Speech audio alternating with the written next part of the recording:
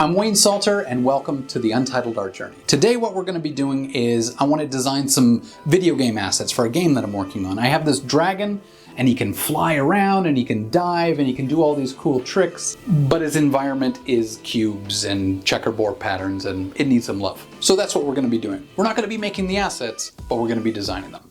For the world that I'm designing right now, or for the level that I'm designing, I want it to be full of like alien plants. I want it to be a lush, colorful alien world, full of plants.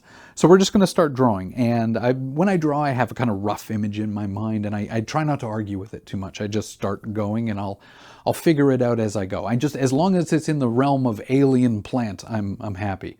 As I start drawing this thing, I realize it's starting to look a lot like an onion, and it has a whole bunch of little eyes, so I'm thinking giant sentient space onion. Which is good, because just drawing is good, but at some point you need to know what it is the thing you're drawing is.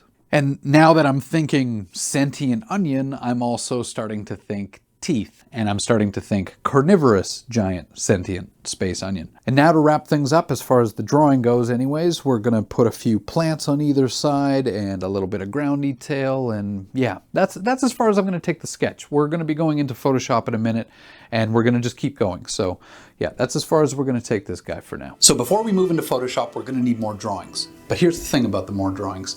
There's a chance that I may have already done them like 3 days earlier off camera, and they're already done.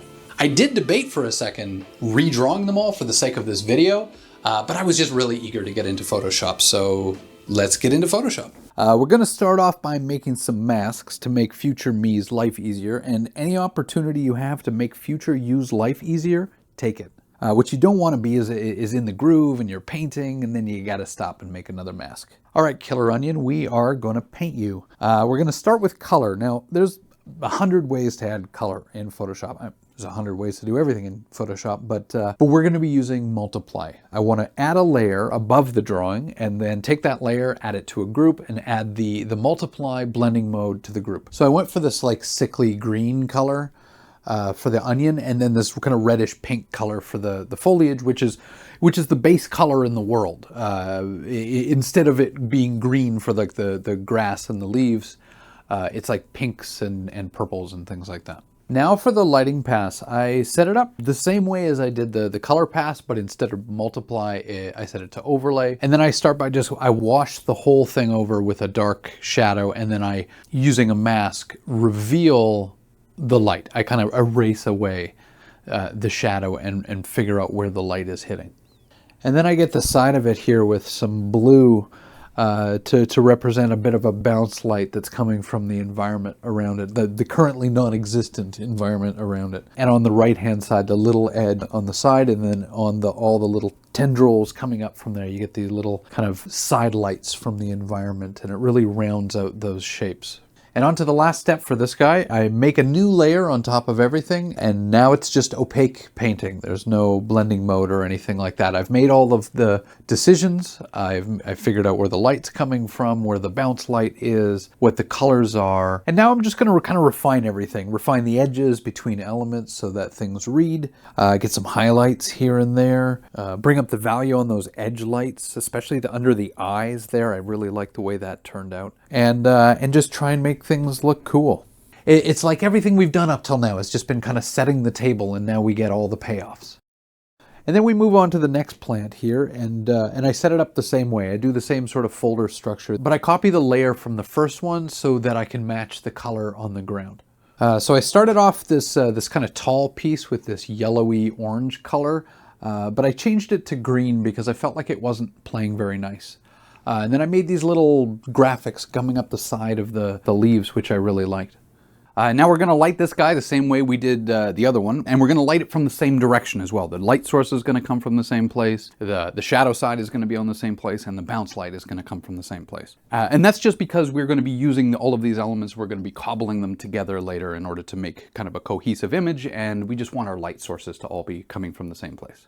Now we get to move on to my favorite part of the process, the kind of opaque paint layer. Like we said before, now because we have all of our decisions made, we know where our light is, we know what our colors are, we get to just refine it and make it look good.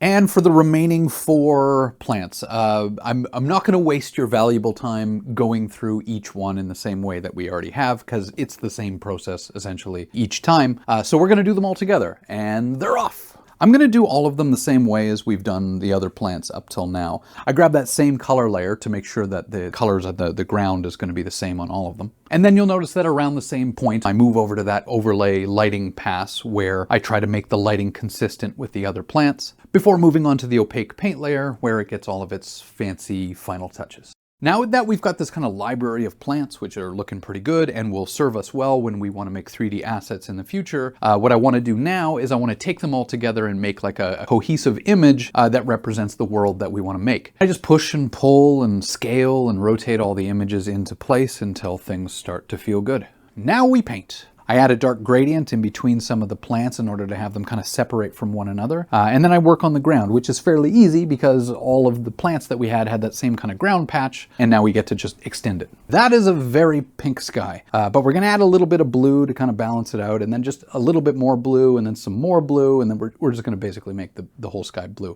But there's a little pink poking out. I then add a little bit of a light gradient on the side where the light is coming from, and then I counter it with a dark gradient on the other, before putting in a little bit of kind of atmosphere over top of everything in order to bring the background and the foreground together. I'm going to come back to the sky a little bit later. I just wanted something in there right now in order to get a sense of the feeling of things, and I didn't want it to be gray.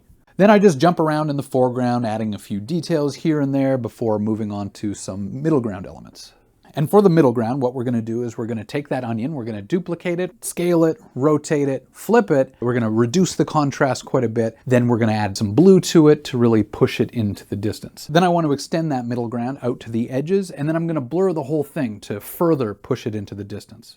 And now that I'm looking at it, I feel like I want to change the composition just a little bit. And younger me would have looked at this and been like, it's fine, just keep painting. But I think it's important when you recognize that something needs to be changed, change it.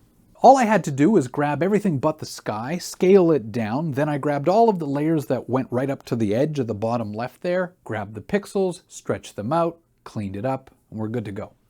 Then I extend and refine the middle ground, the kind of foggy middle ground elements a bit, before adding a white layer of fog in between the foreground and the middle ground in order to separate things a little bit more. Now for some textures, because digital art can be a little bit smooth sometimes, and I like to introduce some textures just to break things up a little bit.